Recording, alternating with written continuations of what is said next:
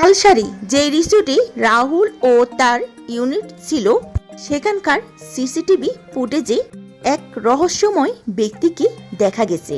রাহুল যখন রুমে একা ছিলেন তখন সে ব্যক্তি তার সাথে অন্তত 30 মিনিট কথা বলেন।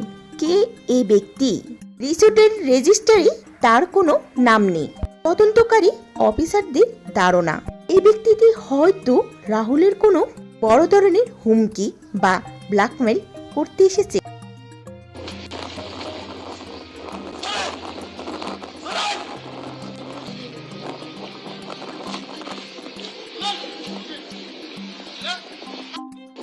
সেই বৈঠকের পরপরই রাহুলের আচরণ বদলে গিয়েছিল বলে প্রত্যক্ষদর্শীরা জানিয়েছেন। এটি কি কোনো কন্ট্যাক্ট কিলিং এর অংশই ছিল? প্রোডাকশন দাবি করছিল যে রাহুল খুব ভালো সাঁতার জানতেন বলেই তাকে লাইফ জ্যাকেট দেওয়া হয়নি। কিন্তু রাহুলের ঘনিষ্ঠ বন্ধুরা বলছে রাহুলের পানির প্রতি এক ধরনের ভীতি ছিল।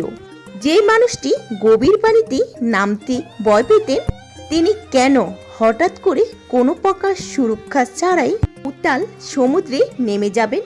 তবে কি তাকে ইনজেকশন বা খাবারের মাধ্যমে কোনো ড্রাগ দেওয়া হয়েছিল যা তাকে অপকৃতস্থ করে তুলেছিল? রক্তের মধ্যে বিষক্রিয়া আছে কিনা সেটাও খতিয়ে দেখছেন চিকিৎসক।